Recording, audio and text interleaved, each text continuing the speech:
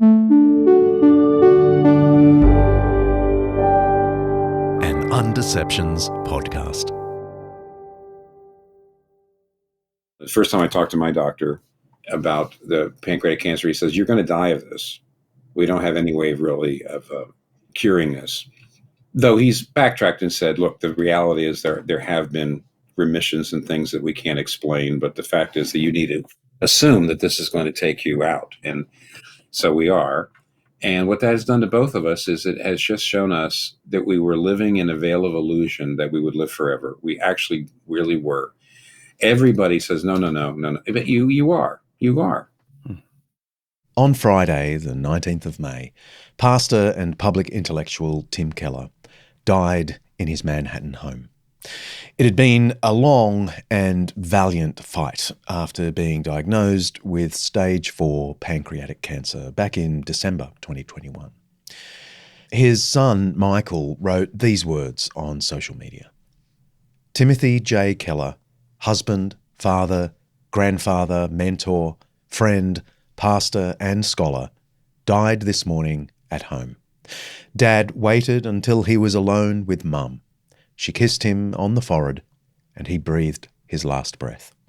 We take comfort in some of his last words, quote, "There is no downside for me leaving, not in the slightest." Millions of people have read Tim Keller's books and listened to his talks. He's been called a once-in-a-century sort of person, one of Christianity's great undeceivers. I spoke with Tim Keller last year, you might remember, for episode 63. Go and listen to that if you want the full thing. We talked about many things, his formation as a pastor, the future of Christianity, how he's seen culture change and how the culture's criticisms of the faith have evolved, and whether he reckons there could be a Christian renaissance, a Western turning back to God. His answer to that one was fascinating. When we heard the news of Tim Keller's death, we were deep into the production of this episode. We were just putting the final touches on it. We spoke to his friend and protege, Colin Hanson, because Colin has a new book about Keller titled Timothy Keller, His Spiritual and Intellectual Formation. With many, Colin right now is grieving. But with his permission, we'd like to share with you our conversation with him about Keller, interwoven with some of Keller's own words from our chat last year. What happens is the things of the earth grow strangely dim. And when that happens, you say, gosh, God isn't really enough for me. I really don't have enough of a grip on God to get through the day. I was really living off of a deep denial of my mortality and a belief that the things of this world are really the things that are going to satisfy me. But they never really have. And yet I keep going back and keep going back. So there are places, like there's a place in Tolkien, where Sam is falling asleep after Frodo. They're on their way to Mount Doom, and at one point he looks up and he sees a star twinkling. It's a very famous place where he says, suddenly, cold and clear like a shaft, the realization pierced him that the shadow, the evil of this world is a passing thing. There's light and high beauty forever beyond its reach. And he immediately just fell into a deep, untroubled sleep. And what happens is that having cancer, and which means no longer the things that you really were relying on for your soul's repose, they just don't do it anymore. It's God or nothing. And when you go to him, guess what? There's a communion with God which is available, that at a level that you just never felt the need to push through to find. And when you do and you push through, you find that it's there. There is not only enough for you to get through the day, but then actually the things around you are you recognize as greater gifts than you were looking at them as before. I'm John Dickson, and this is a tribute episode of Undeceptions.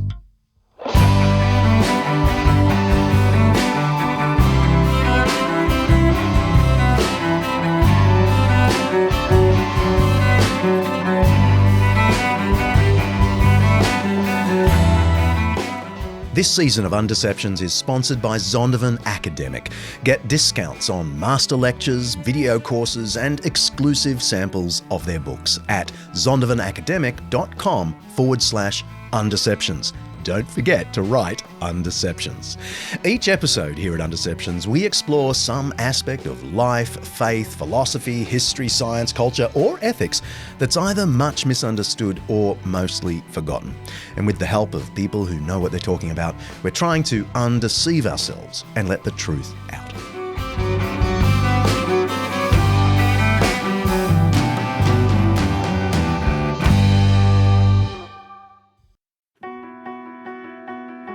This episode of Undeceptions is brought to you by Zondervan Academic's new book, Jesus and the Powers, by N.T. Wright and Undeceptions' favourite, Mike Bird. Should Christianity have anything to do with politics? I mean, you could argue that Christians have done more harm than good once they get a whiff of power. Mike Bird and N.T. Wright address this question and other questions in this magnificent overview of the political implications of the Christian faith and the Church's historical engagement with the powers and principalities. They shed light on current geopolitical events and ask, what would it look like if there were a faithful Christian response to crises like the Russia-Ukraine conflict, the China-Taiwan tension, political turmoil in the US, UK and Australia, and the problem of Christian nationalism. They build a pretty convincing case that Jesus' teaching about the kingdom of God confronts all forms of power, Christian and atheist, and calls on us all to support a pluralistic democracy where everyone, regardless of religion or irreligion, has a role to play in working toward the good of society. Whether you're a believer or a skeptic, I'd say this book will be an eye-opener. You can order Jesus and the Powers on Amazon, of course, or head to zondervanacademic.com/undeceptions to dig a little deeper and see if you really like it. That's zondervanacademic.com/undeceptions.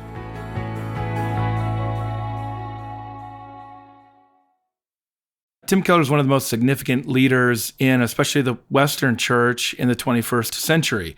He's one of the leading writers, podcasters. You'll find his sermons at the very top of the list, the top of the charts, even 5 years, 6 years after he's retired.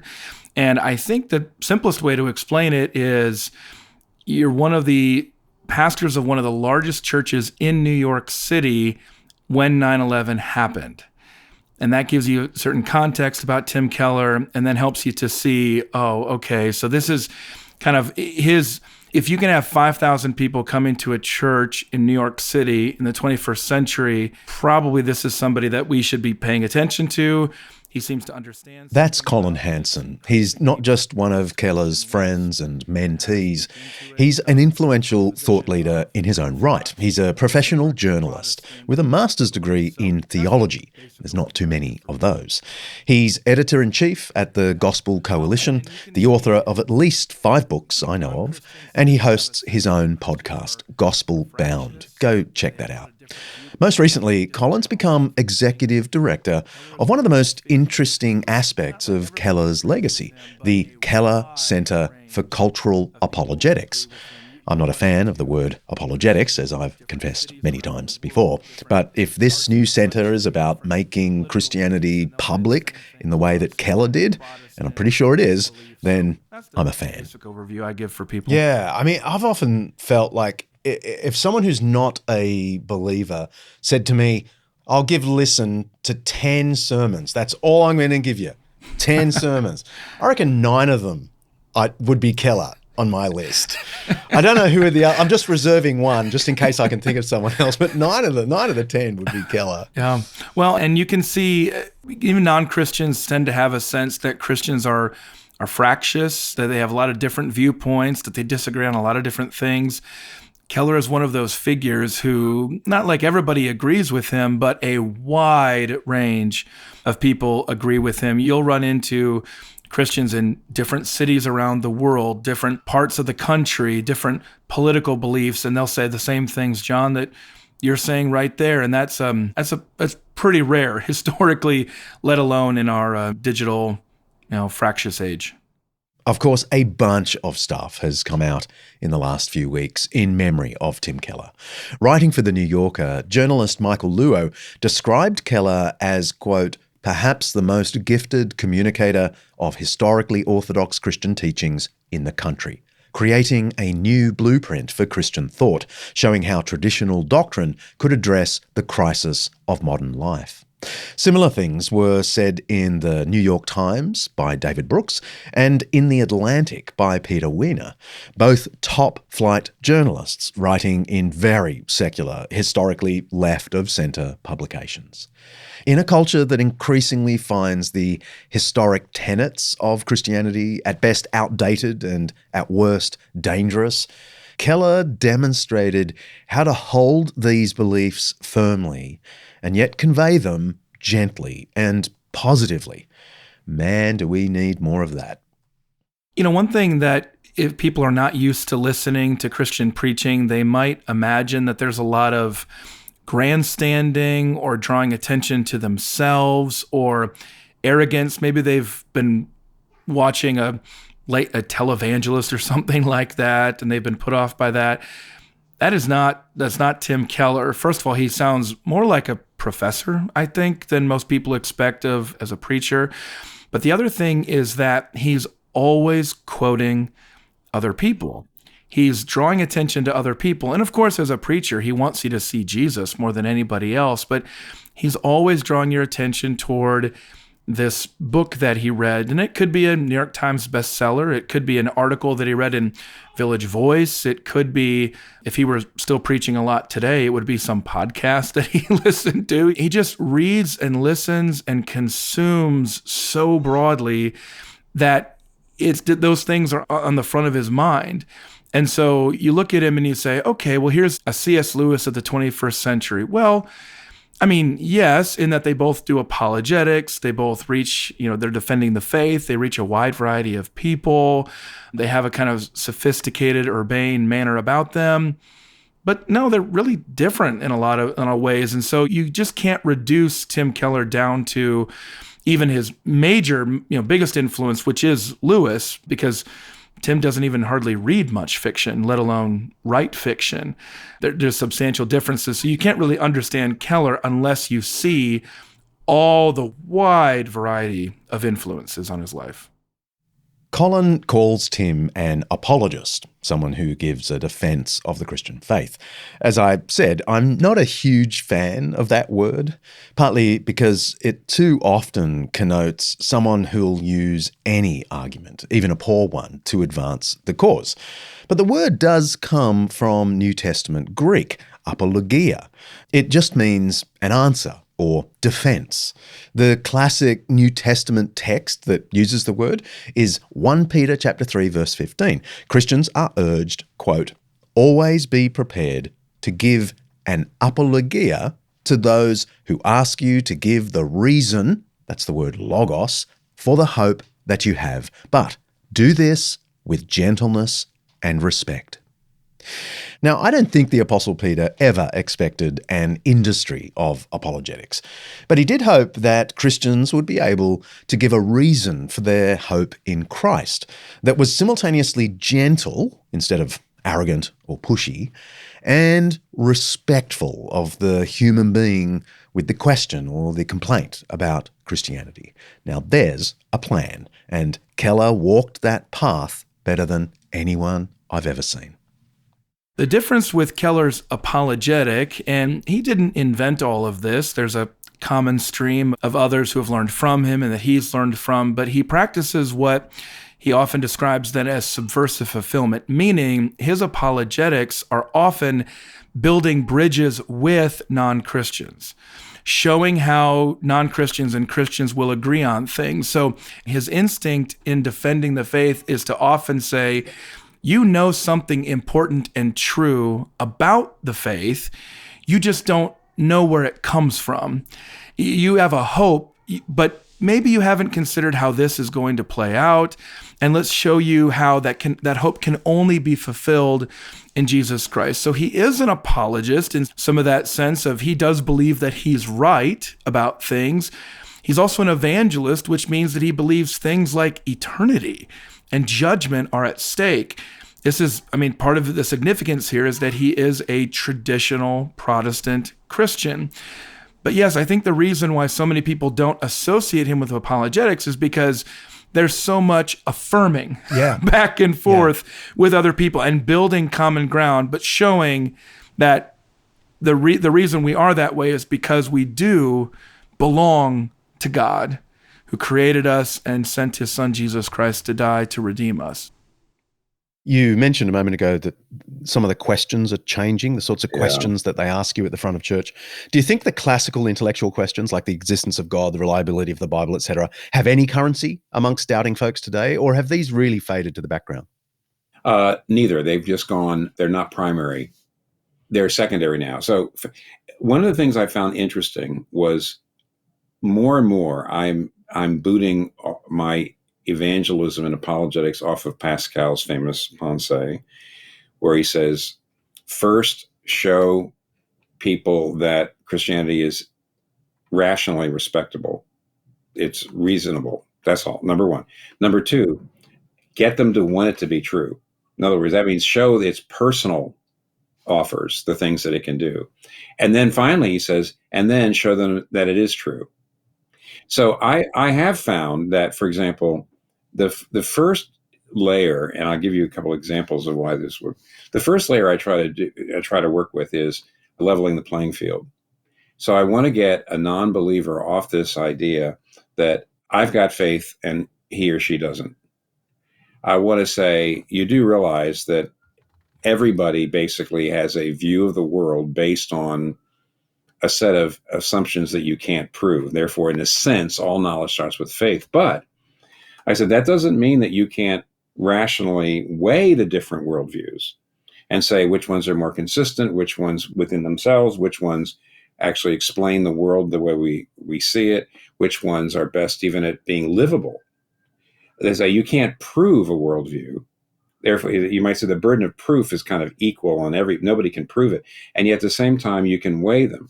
So I start that way. And even though I get a lot of, especially from some guys, and I mean guys, a lot of young white men really just don't believe that they believe they're totally objective and absolutely rational and so on.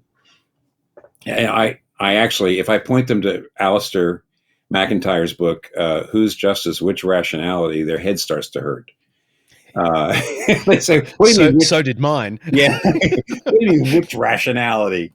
And, but anyway, so you level the playing field. Then rather than go, most people aren't immediately, I think, as ready. Their eyes glaze over if you really go in to too much. And both you and I have written a lot of these books, okay, brother. But if you just go too much into the proofs of God or even the evidence for the resurrection, things like that, they're just not there. The real question is, why would I want this thing to be true? They very often have a very poor understanding of what Christianity actually offers. And so there, I guess you might call it existential or apologetics, where you're saying, okay, well, how do you get meaning in life? Here's what Christianity does. How do you get an identity? Here's what Christianity does. How do you face suffering? Here's how Christianity helps. And then if eventually they get to the place where they say, this is actually pretty nice, but I mean, how do I know it's true? Finally, they're motivated. And then actually, even if they don't want a little bit of a rehearsal of the evidence, they ought to get it. Because they're going to have bad time. Even if somebody says, I want to be a Christian, I think you do have to rehearse the fact that there's not proofs, but pretty strong evidence.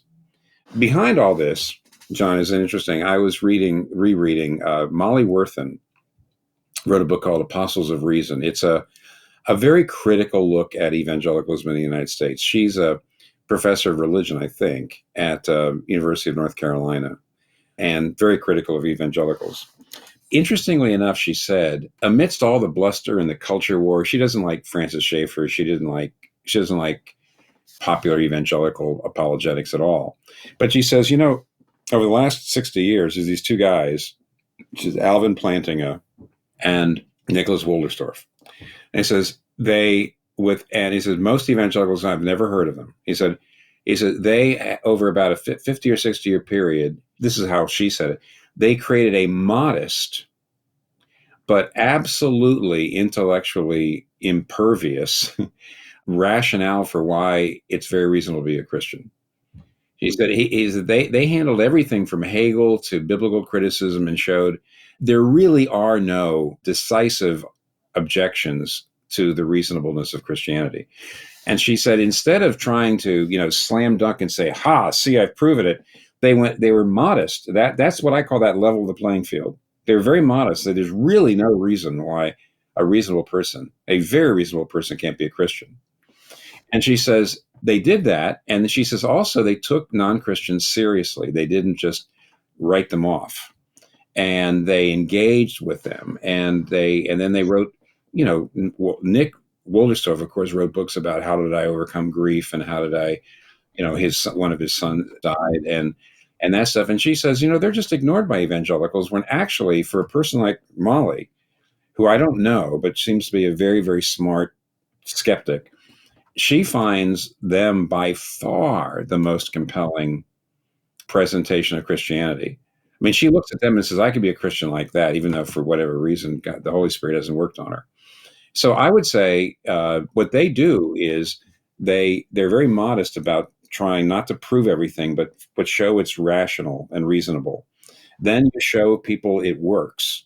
And then if they come back and then they say, well, how do I know it's true? Then I really am going to even press them, even if they don't want it, to look at the arguments, because there really are good arguments. I mean, even Alvin Plantinga has got some article saying 20 or so pretty good proofs for the existence of God. I think it's an article where he says, no, none of them just do a slam dunk where every rational person is forced kicking and screaming to believe in God. But he says, cumulatively, these are really a lot. Yeah, they're not bad, is the kind of way he often puts right. it. And you know what? I think, honestly, there are a lot of people who've been so hurt by religion or hurt by stuff that they're just not going to be able to won't give you the time of day. But in a place like Manhattan or places like so much of Australia, this approach will really bear fruit. It really will. The modest approach, the leveling the playing field, the being careful, not trying to overdo it. It's a combination of things. Also, people come in very different.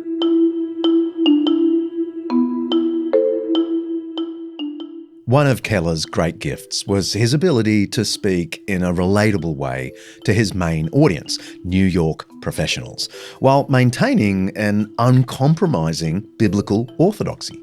His knack for dropping cultural references into sermons further helped contextualize the Bible for a modern audience. For his detractors, this was part of the problem. Keller was sometimes accused of trying to make the gospel cool or sanitized even. But his approach was similar to another very famous public Christian, the Apostle Paul, who could quote the works of the pagan poets Aratus and Cleanthes to highlight the relevance of Christianity for first century Athenian philosophers. In the book of Acts, chapter 17, Paul is speaking in the Areopagus, a kind of court of ideas, and he's speaking to a group of Stoic and Epicurean thinkers. Here's what he said. The God who made the world and everything in it is the Lord of heaven and earth, and does not live in temples built by human hands. He is not far from any one of us, for in him we live and move and have our being. As some of your own poets have said, we are his offspring. Therefore, since we are God's offspring, we should not think that the divine being is like gold or silver or stone, an image made by human design and skill. The words, in him we live and move and have our being, come from Cleanthes, 3rd century BC. The opening line of Cleanthes' hymn to Zeus read, Zeus, the first cause of nature, hail!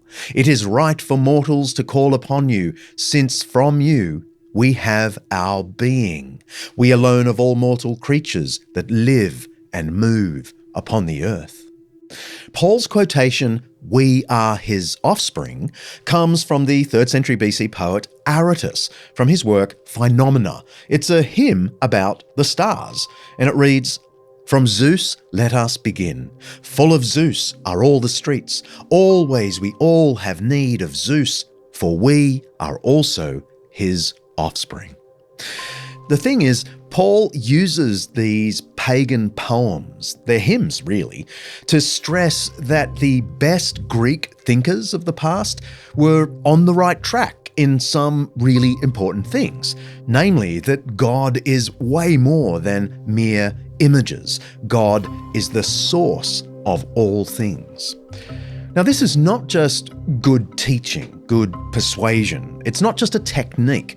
It's the fruit of good reading habits. Paul might not have had an elite education. There's some fun debates around that. But he'd obviously taken the time to reflect not only on the Jewish traditions of his upbringing, but also on the pagan, that's the Greek and Roman traditions of his surrounding culture. And my point is, for Keller, referencing a movie or a song or a piece of literature wasn't about being relevant. It was a consequence of knowing and feeling an affinity with his audience. In a 2013 essay titled "Preaching to the Collective Heart," he wrote, "My hearers, both Christians and non-Christians, live in the highly secular, late modern, some would say postmodern, cosmopolitan culture of Manhattan. This ethos is pulling on the hearts of all of its residents. It is the source of so many of their deep aspirations, unspoken fears, and inner conflicts. The so-called cultural references then are simply my way of entering the world of my hearers, helping them understand at a deep level what is shaping their daily work, their romantic and family relationships, their attitudes towards sex, money, and power. I seek to make plain the foundations of our city's culture in order to help people understand themselves more fully and imagine what it means or would mean to live a Christian life here." I reckon Paul might have said something similar to any complainy conservative Christians who were troubled by the apostle quoting the Zeus-worshipping Cleanthes or the star-worshipping Aratus. I asked Colin, though, to give us the origin story of all this, the origin story of Keller's faith and his approach to communication. The main thing that I think was formative from his earliest years was a rather domineering, I think we could say, mother, who was not your typical kind of person who left the Catholic Church, Italian Catholic background. She left the Catholic Church because it was not legalistic enough for her.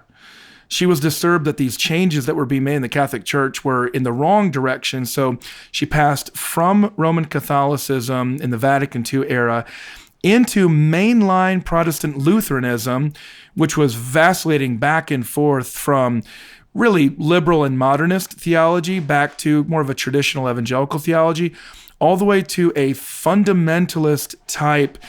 You know, you walk the aisle to profess your faith in Jesus Christ every single week. Your faith is really borne out in what you do and is very much wedded to a conservative outlook on life.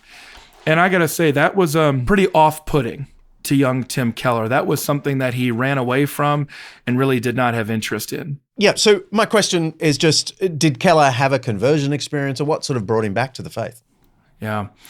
Well, I think, John, you might imagine with somebody like Keller that they were always this way, or they were born somehow religious. But I think if you were to go back and see Tim Keller as a freshman at Bucknell University in 1968, I don't think you would have seen him as the kind of person who would go on to do any of these things. His best friend at the time, Bruce Henderson, had said to me, I was afraid that Tim was going to smash the walls in the hallway outside of our apartment because he would just flail around with this huge frame and just smash walls as he was arguing with us about different things. And by us, he meant a group involved with a Christian ministry called InterVarsity Christian Fellowship. And so he liked to hang around them. So maybe there were some of those latent religious impulses carried up from home, but he was very much upset about them. And in his case, there was a dramatic conversion where essentially, as he describes it, just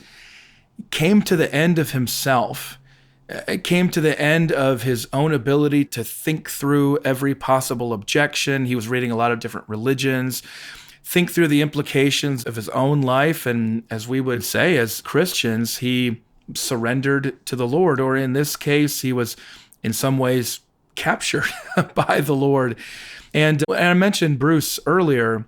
Bruce describes that, and interesting, it's kind of like Lewis in the sense that there's some dispute about the dating on this one. But Bruce is pretty insistent because he says, oh, I know, because it was my 21st birthday. And I woke up and there's Tim Keller at the foot of my bed, and you could just see a difference in him. You could just see a physical transformation from him. And John, one of the reviewers of my book was pretty critical, and not really critical, but made a good critical point, which was, I never talked about Tim Keller's decision to go into ministry. John, it never even occurred to me, actually, to go into that, because from the moment this happens, he seems to be engaging in activities of talking to his classmates about Jesus, and then, talking about the implications of the resurrection for protesting the Vietnam War and student strikes. It just seems that it was an immediate change in that sense. And from there, it's hard to find a time when he's not doing things like that. So even though it was unexpected, it was certainly dramatic and has been a fairly clear path ever since that 20-year-old transformation. The works of C.S. Lewis were particularly important to the young student Keller. A fellow student, someone who was already a Christian, urged Tim Keller to read Lewis's fictional masterwork, The Chronicles of Narnia. That student became Tim's reading buddy, and after a while, Tim's wife. Did he start to read Lewis and Tolkien at that point? Is that immediately where they started to exert their influence over him? So Lewis was before the conversion. So, if you're hanging out in the 1960s in an InterVarsity Christian Fellowship chapter, someone's passing you Mere Christianity at some point. That's exactly right. You're reading Dietrich Bonhoeffer. There's sort of a group of patron saints at that time. Tolkien comes in there as well, but really the major influence at this point on his reading is a woman by the name of Kathy Christie. She was not a student with Tim at Bucknell. She was at a place called Allegheny College in Northwest Pennsylvania, but she had a younger sister who was 2 years behind Tim. And so the first year, Tim's a Christian and a leader in his local campus group. There's a freshman there. She's got an older sister. And eventually they start passing book recommendations, Kathy Christie with Tim Keller, through his sister. And one of the major recommendations from Kathy Christie was, you need to read C.S. Lewis's Narnia books, which he didn't have any background in. And this is just one of my favorite stories. Anything you need to know about Kathy Christie, who, of course, for those who may not know, becomes Kathy Keller, but only a few years later.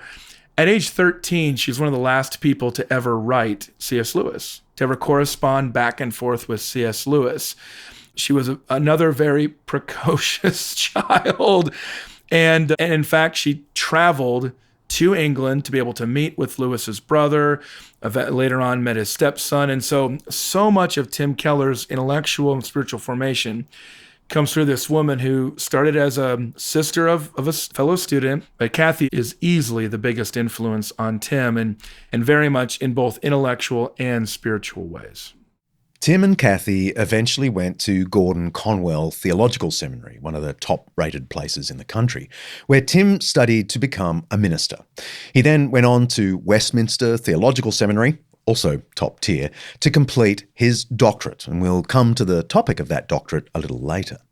His first church gig out of college was as the pastor of West Hopewell Presbyterian Church, a small blue-collar church in a tired factory town.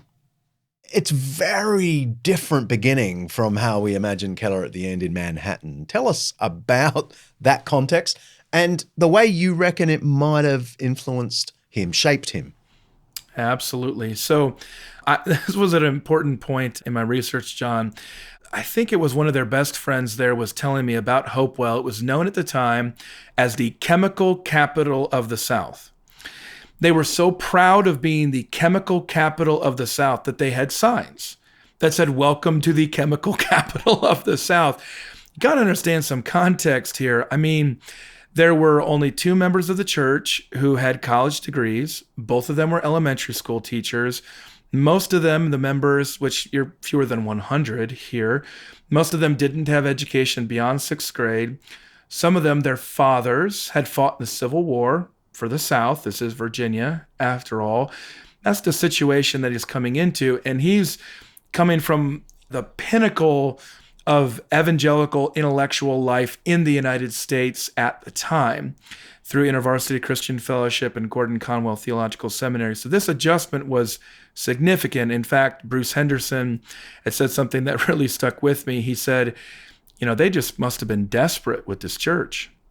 And I said, well, of course they were desperate. I mean, the Kellers, they thought they were going to be postal workers. Instead, they couldn't find a church. And he said, no, you don't understand. I mean, the church must have been desperate to hire the Kellers. It was just such an interesting match. But I think more than anything else, John, the effect of preaching 1,500 sermons in 9 years, that's going to shape someone. And it shaped him in some other ways as well that are a little bit unexpected. He was doing everything with pastoral ministry. We're talking crisis intervention with marriages, tracking down the classic thing that you would expect of a small town chaplain in some ways, but also preaching 3 times. Really, John, it just burned him out. This was unsustainable to be able to do that, but it did bring him back to one of the most important observations that I actually just heard him say again last week. He said, when you're in some areas, people have to know that you love them before they'll listen to you. And in some places, people need to know that you're worth listening to before they'll allow you to love them. And that's the contrast that he's often drawn between small town, rural Virginia, and ultimately where he ended up, New York City. In 1989, when Tim and Kathy Keller arrived in New York City, Kathy called it the big bad whore of Babylon. Spicy words. The city's crime rate had climbed to stratospheric levels, fueled in no small part by the arrival of crack cocaine. Spiritually, the city was a bit of a wasteland. Church attendance in Manhattan was amongst the lowest rate in the country. It was into this maelstrom of crime, culture, and hedonism that Tim, Kathy, and their 3 children dove in 1989. To plant the first Redeemer Presbyterian Church, a move which many of his peers thought at the time was a terrible one. New York Magazine put it, maybe a little hyperbolically, like this. In the late 80s, Keller came here on what at the time seemed close to a theological suicide mission, to create a strictly conservative Christian church in the heart of Sodom. His love of the city is weird to some people, and in some ways has been one of the criticisms of Keller. Where I come from, in Sydney, amongst Anglicans there have been a few people who would criticise him for being too pro the city. Seek the prosperity of the city, that text. Tim has sort of taken and run with, would be the criticism, and been too pro-city, pro the arts, pro-work, and has therefore not elevated enough gospel ministry. That's the critique. What's the reality? Well, the reality is that and I'll explain this in a second, he's a neo-Calvinist. I mean, that's his theological orientation. What that means is we're largely referring here to a late 19th, early 20th century movement that continues today, especially out of the Netherlands, with a focus on how our beliefs and our salvation work themselves out in every aspect of life. Often that's referred to our vocations, but it's applied to our arts. For those of you not living in the United States, but you'd associate this very much with parts of the United States where the Dutch had settled. Places like Western Michigan, Northwest Iowa. You see a distinct emphasis on how our theology applies to everything, and it transforms everything that we do. That's the basic answer. to that question. And then the reality is that the transforming experience that people had in the 1980s and 1990s in New York with the Redeemer Presbyterian Church is that they could be fully Christian, but also love to be a part of the city. Not all the negative, not the crime, not the things that we often associate negatively, but part of the energy, the love, the common life, that they could make the city a better place by how they loved their neighbors. They could live distinctively, that they could pray that way. Now, Tim, sometimes when he gets pushed back on that, he'll retreat back into, just look at the numbers. People are moving to cities way faster than Christians are starting new churches in cities. So if we're just being practical here, we would do that. But I would say it comes from a core theological belief that our theology is not meant to be confined to matters of salvation or to inside the church, but affects how we do our jobs. I'll just say this, John. It's that theology is what made Redeemer unique in the sense that the church was made up of this emerging yuppie investor class of hard-charging, type A, working a bunch of hours on Wall Street, and artists. Graphic art like Mako Fujimura, who I mentioned in the book as one of the first elders there, all these Broadway actors and actresses, and on and on and on, the literary types that you find so much in New York. It's that theology that brought them together in the church, and I don't think that's something that he would ever apologize for. I think that's exactly what he was going for, even if that's not what critics wanted him to do. Makoto Fujimura is a leading American contemporary artist. And you may recall he was a guest on Undeceptions back in season 6. That's episode 70, The Artist. Fujimura was captivated by Keller's exposition of Christianity. And when Keller showed as much fluency in the writings of the novelist Flannery O'Connor as he did in, say, the Gospel of Matthew, Fujimura decided to stick around at Redeemer, when it was still a small fledgling church in the early 1990s. Keller's curiosity about the world shone through his sermons. Colin calls him the guide to the gurus, with a God-given ability to integrate disparate sources and then share insights with others. It impressed more than just Fujimura, and Redeemer started to grow. But it was in September 2001 that Keller would be called upon to give the most important sermon of his life. Peace I leave with you. My peace I give to you, not as the world gives, give I unto you. Let not your hearts be troubled, neither let them be afraid. Let me invite you to worship today in a quiet way that's appropriate today, this week.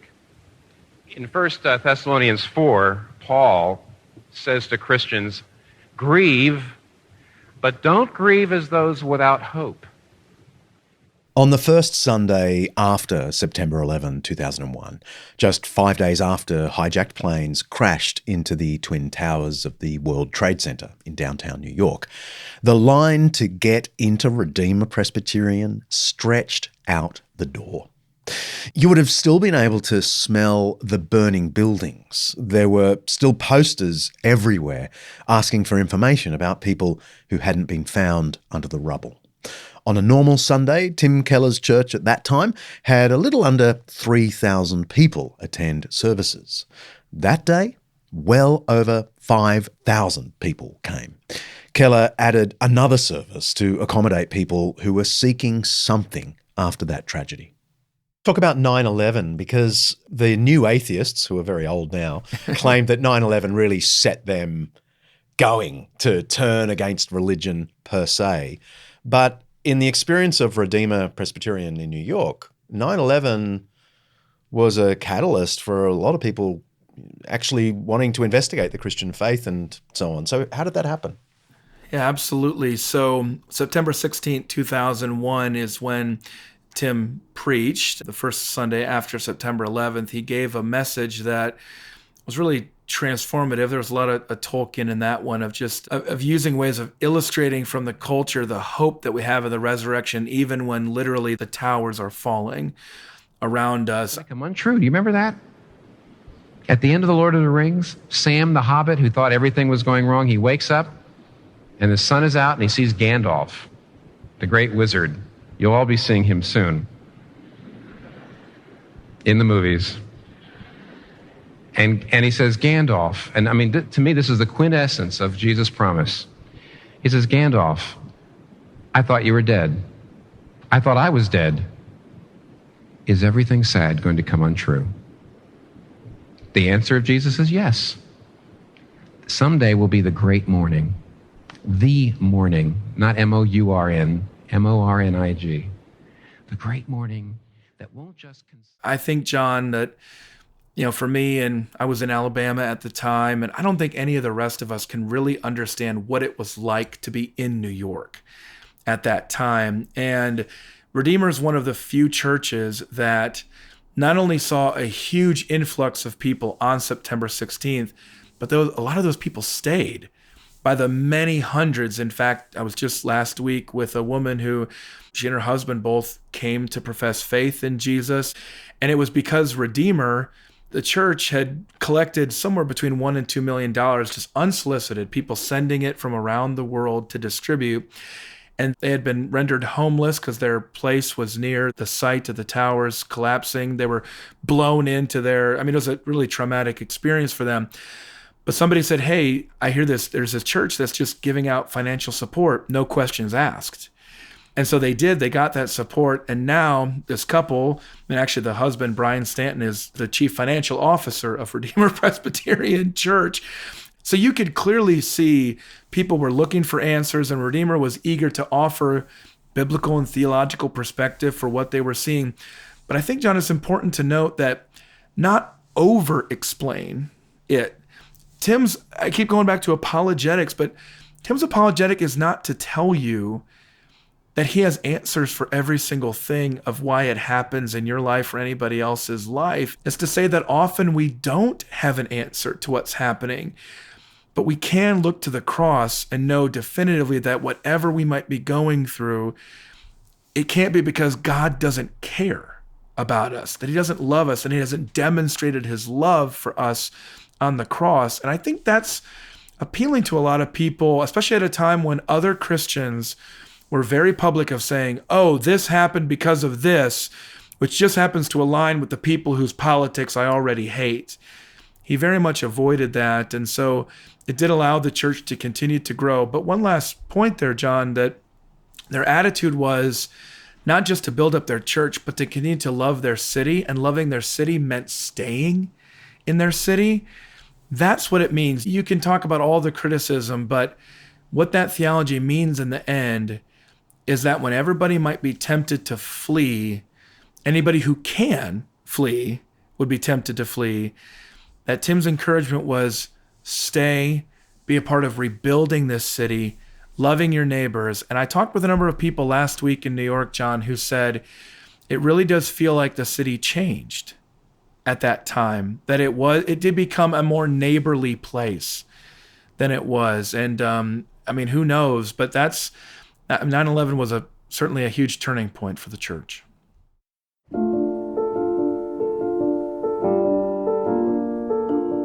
Collins says before 9/11, the archetypal enemy of the United States was the atheist, perhaps in the form of a communist from the Soviet Union. After 9/11, he adds, the greatest perceived threat was fundamentalist religious belief. Islamic fundamentalism, sure, but actually any type of religion that aims to dominate society.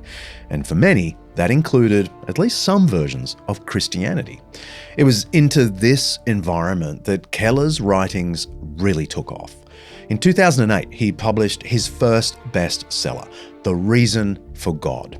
He said at the time, when I first came to New York City nearly 20 years ago, I more often heard the objection that all religions are equally true. Now, however, I'm more likely to be told that all religions are equally false. More about that after the break.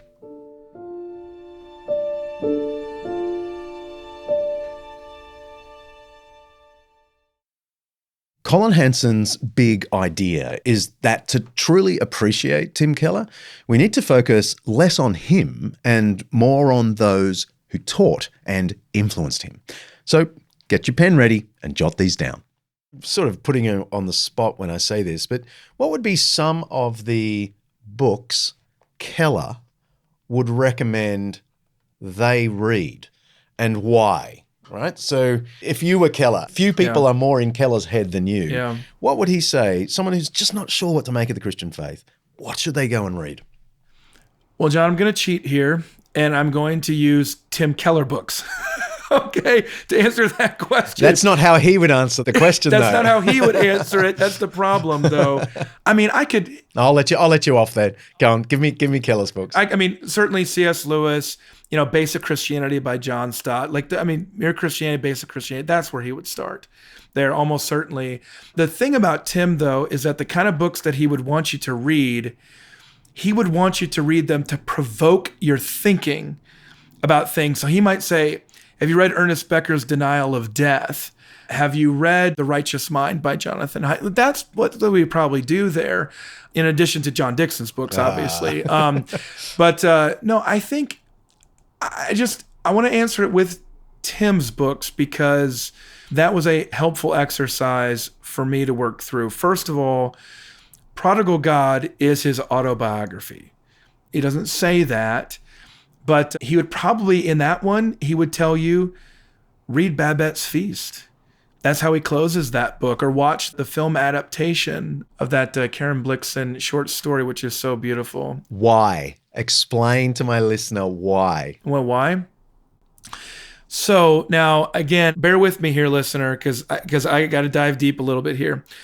In the basic sense, in watching this moral parable play out, he would say that it shows you that the only way you can get the rich, fulfilling, eternal life is through Christ. The feast, this Babette's Feast, it doesn't come through moralism of being a pious person and always doing the right things. No, sometimes that leads you in the exact wrong path.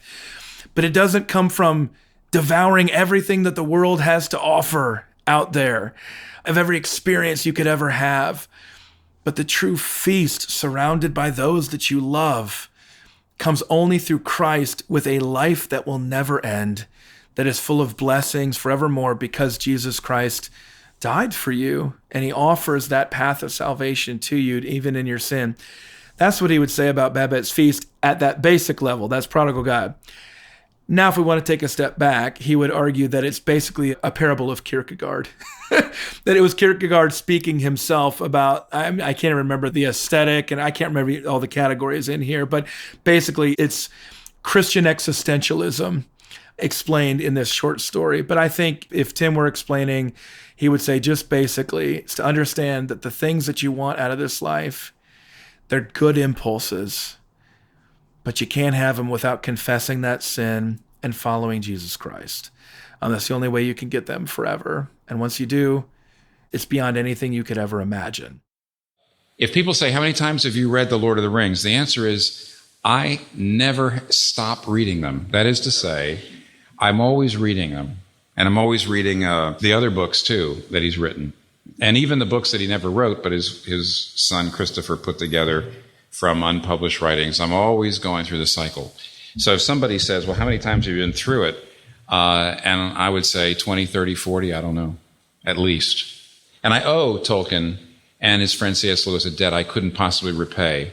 And actually, he would say Lord of the Rings too. He'd say Lord of the Rings as well, because he'd be able to see all of the major themes of life and death and good and evil that we often inoculate ourselves against. And he would also say this, that you should read fantasy fiction because it expands your mind to imagine that there's something beyond your senses.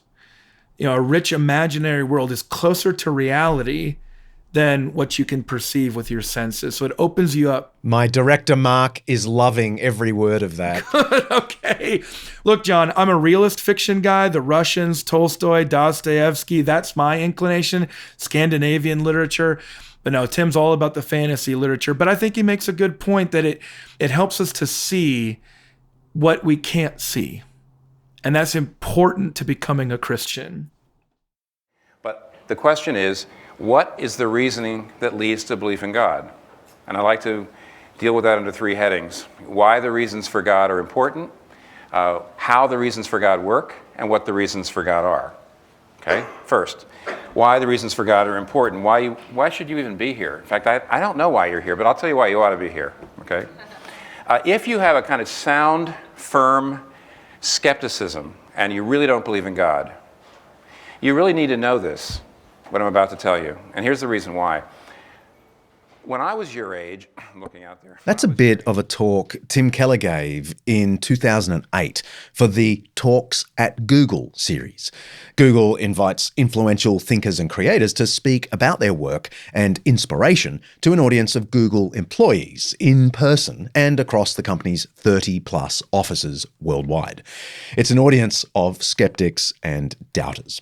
This was Keller's favourite type of conversation. We'll link to this talk in the show notes. But for all our talk about Keller's cultural and intellectual power, he was intensely practical. Christianity wasn't really Christianity unless it was embodied in communities of love, of mercy. Christianity couldn't really be understood or seen without what Keller called mercy ministry. And he wrote what is known as the longest dissertation in the history of their Doctor of Ministry program. And he focused on the contributions made in the traditional Reformed cities of Edinburgh, Glasgow, Amsterdam, and Geneva, of how the earlier diaconates, the ministry of the deacons in the church, became the basis for social services in the West. So essentially, he's the academic expert within Christianity, especially his branch, of mercy ministry. I'm fascinated about his dissertation at the DMin level because, on the one hand, those who just know Tim through listening to his talks think of him as the academic preacher. But to choose to do something about mercy ministry and the history of mercy ministry is intriguing, but would you also say core to who he is and how he approaches the academic task?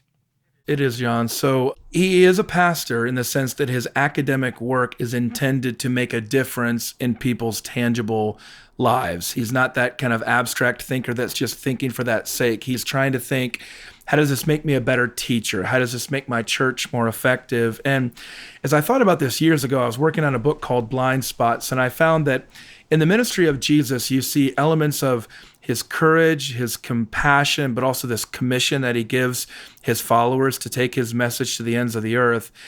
And many Christian leaders, they might be strong in one, but not two, or maybe two, but not three. Tim Keller is one of the rare leaders who has established strengths academically, pastorally, and otherwise in all three areas, meaning we've been mentioning his apologetics, that nasty word, as an intellectual defender of the faith, like a C.S. Lewis. He's fairly courageous to preach that truth. But he's also the person who has done more than almost anybody else to make mercy ministry, serving the poor, just for the sake of loving your neighbor in obedience to Jesus, core to the ministry of what a church should be doing. But he's also the person who has done as much as anybody else to implement a kind of sociology of the cities, to encourage people to start new churches in the major cities around the world, including Australia, all over North America, Europe, Africa, South America, all these different places there. So it's one reason why it's hard to really pin him down on anything in particular, because we associate academics with being specialists in something. Tim is kind of simultaneously a specialist in many things in a portfolio of a generalist, which is what pastors are. In some ways, he's like that really old school, 19th century, even 18th century English pastor who was an expert in many, many things. He's a throwback. Yeah, a throwback to the Puritans. And I mean, you could definitely see him. As I was thinking, John, in the American context, I couldn't think of anybody equivalent to him other than Jonathan Edwards, in the sense of that kind of wide-ranging intellectual engagement and all these different topics covered, And I should Just quickly, Jonathan Edwards was an 18th century Puritan, considered one of the most important of America's philosophical theologians. He was a prolific writer and became president of what would become Princeton University. For all the Hamilton fans out there, he's also the grandfather of Aaron Burr, the third vice president of the United States. Edwards was the fire and brimstone preacher Burr sings about in the Hamilton musical. And I should say that sometimes when people are talking about somebody else, we all do this. They're talking about themselves at a certain level. When Tim Keller spoke at the beginning, the first meeting of a group that I've worked with him on since 2010, the Gospel Coalition, he described the ministry of Jonathan Edwards. And he said, Edwards held together three different aspects. One was cultural apologetics, applying the gospel to the culture with intellectual trends. A second was confessional theology. And then a third was revivalism, piety, just it changed heart. And Tim said, since Edwards, these have gone in different directions, but the task of the moment is to bring them all together. And then when Tim later did the memorial message in the United States for John Stott, he similarly described a lot of these different things that John Stott brings together that don't normally hold together. A global, perspective on mercy ministry, a real humble, sacrificial, simple life, but a highly intellectual life and pastoral ministry among upper classes. And I think Tim's a lot like John Stott. I think there's a lot of similarities between the two of them as well. I'll say, I want you to riff on, if you can. John Stott, if you don't already know, is one of the most influential British evangelicals of the last couple of generations, actually. And he influenced Tim Keller. I think Tim Keller spoke at the American Memorial when John Stott died. But Stott was an amazing Bible teacher and author. One of those things he holds together, I want you to riff on, if you can, and that is this kind of fully traditional, confessional, Orthodox Christianity. Like, he believes all the scary things, hell, predestination, right, here we go. And yet, remarkable gentleness, grace. So how did those things come together for him? Is it more than personality? Is it influences? And tell us about the significance of that for his wide impact. Oh, that's a good question, John. I don't think anybody's ever asked me that before. I think the easy thing here would be for me to say that's the inevitable outworking of grace in his life, because that's the definition of grace, this unmerited favor shown by God toward all of us who are, as the scriptures say, dead in our transgressions, in our sins, needing a rescue. But I think we both know, John, that doesn't always translate into a certain kind of attitude. And I know that many people listening and watching are not Christians. You haven't always been treated that way by Christians in their evangelism and their apologetics. So it's like the more strict their belief, the harsher they are. And it's so distressing and discouraging. And so at some level, I want to say, theologically, that's grace. Once I was blind, but now I can see. At the same time, I want to say that it's personality, because I don't want to get into a whole Enneagram discussion here, but you could peg him pretty well in the 9 category. He's a peacemaker. He just doesn't like conflict. He tends to want people to like him, which, by the way, is not that common for some evangelists or apologists in there. They tend to be okay with people who disagree with them a lot. So there's a personality component. And I guess, John, I don't have a great answer. It just seems to be kind of a combination of a lot of different things. But maybe this is what I'll say. I opened the book with an observation. I was just in New York last week, and interestingly, I was in a group, and 3 of us got recognized on the street. And we're not some sort of major celebrities, but people recognized us and made a comment. But the opening of my book is a line from Kathy Keller that says, the first 10,000 people Tim Keller sees each day in New York City, no one knows who he is. And I thought, I'm not saying this because it's necessarily accurate, but because it accurately reflects self-perception. I think, John, the most important thing is he doesn't think of himself much. And he doesn't think much of himself. He doesn't think of himself much. there is a genuine humility. I'm talking to a guy who's written a whole book on this, but like there's a true... The arrogant guy who presumed to write a book on humility, yeah. Yeah, no, I just think there's a genuine humility. He seems to be very much in touch with his sin, his need of grace, his deference to others. I mean, John, we both know that somebody as smart as he is could pretend like he just made up all this stuff himself. He wouldn't have to credit other people, let alone let somebody like me write about it. So I think there is a genuine humility there that is, like many other things, a combination of personality. He doesn't like the spotlight. He likes talking about other people, not himself. I mean, but ideas, not gossip, but ideas. And so it's that combination there. But, well, I don't think anybody's ever asked me that before, but that's the best that I can think of. Yeah, may it multiply throughout the world. For a man who spoke a lot, Tim Keller didn't speak much at all about politics. And when he did, it was to shun partisan politics. In 2018, as American Christianity became increasingly polarized, he wrote an op-ed in the New York Times insisting that Christians should reject the tidy alignment with either the Republicans or the Democrats. Listen to this little grab from the article. Following the Bible and the early church, Christians should be committed to racial justice and the poor, but also to the understanding that sex is only for marriage and for nurturing family. One of those views seems liberal and the other looks oppressively conservative. The historical Christian positions on social issues do not fit into contemporary political alignments. I love it. To my mind, and this is just Dickson now, not Keller, what we call liberal and conservative are what you get when you split apart things that Christianity historically held together beautifully.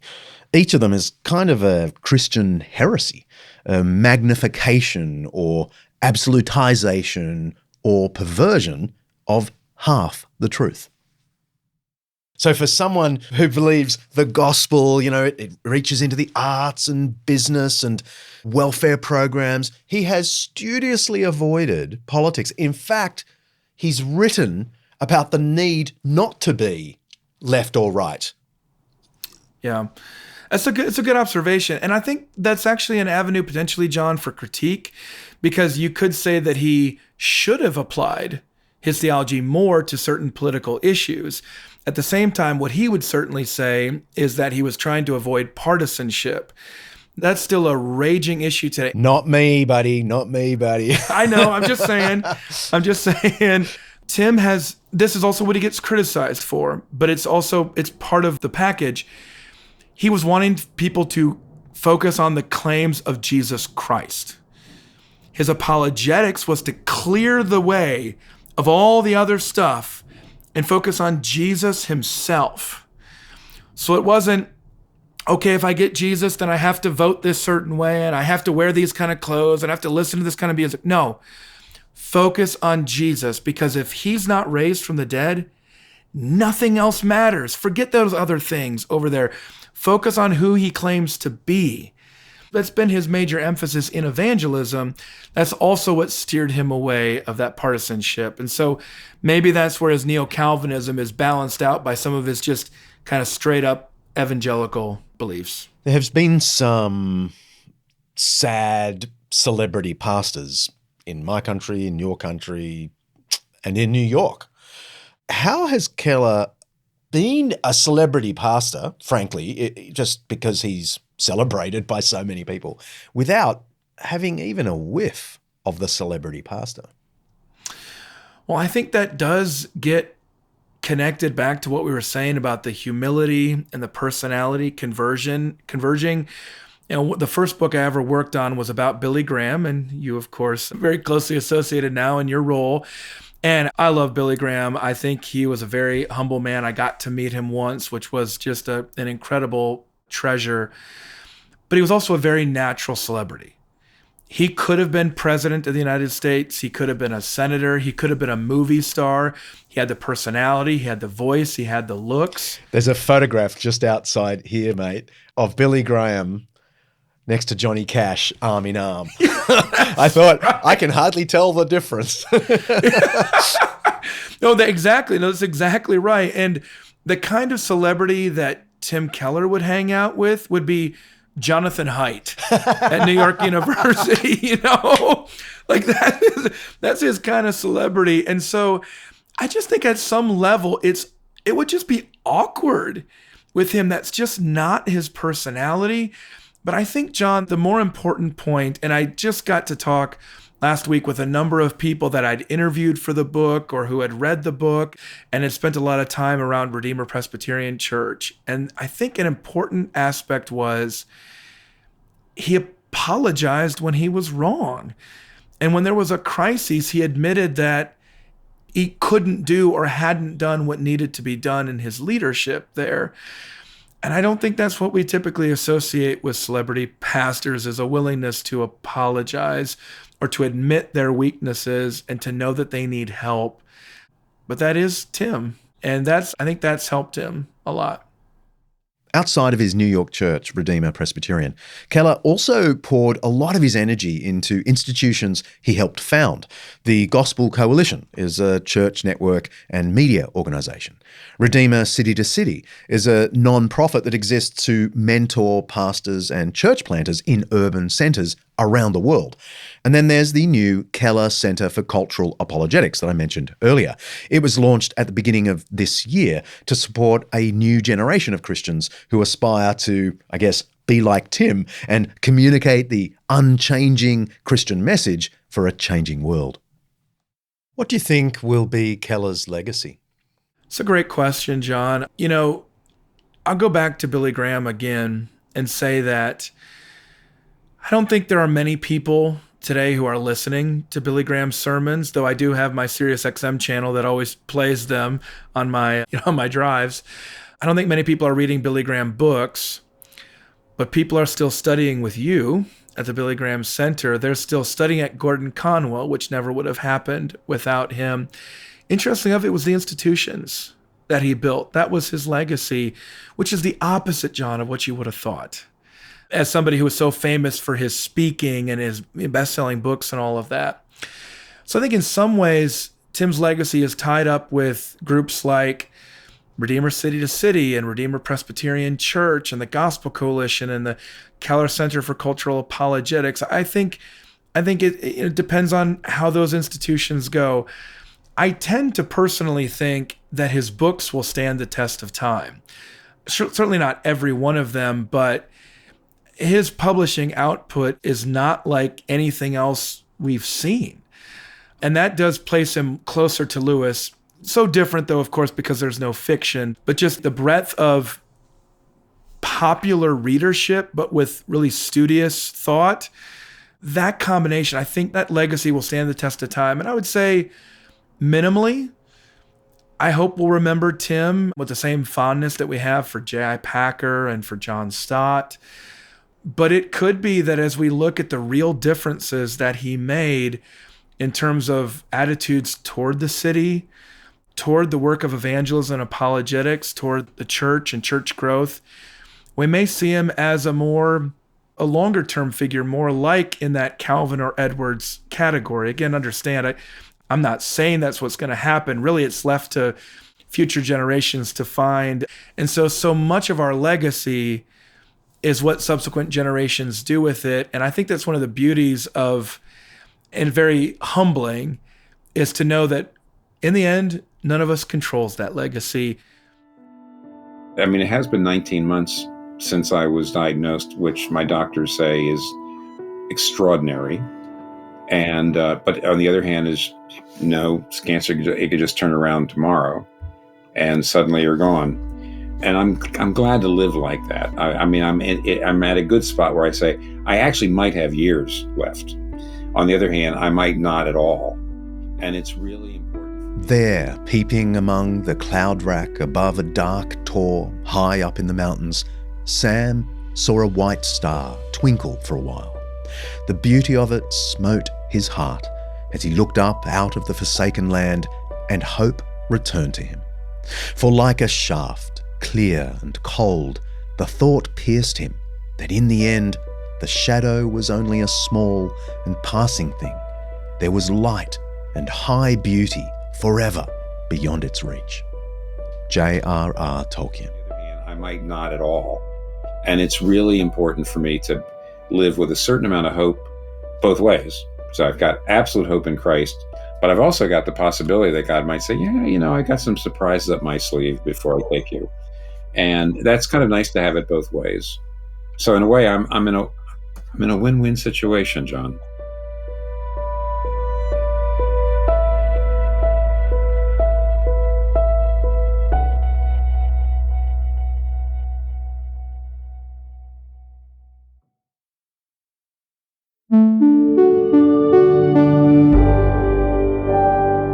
An Undeceptions podcast.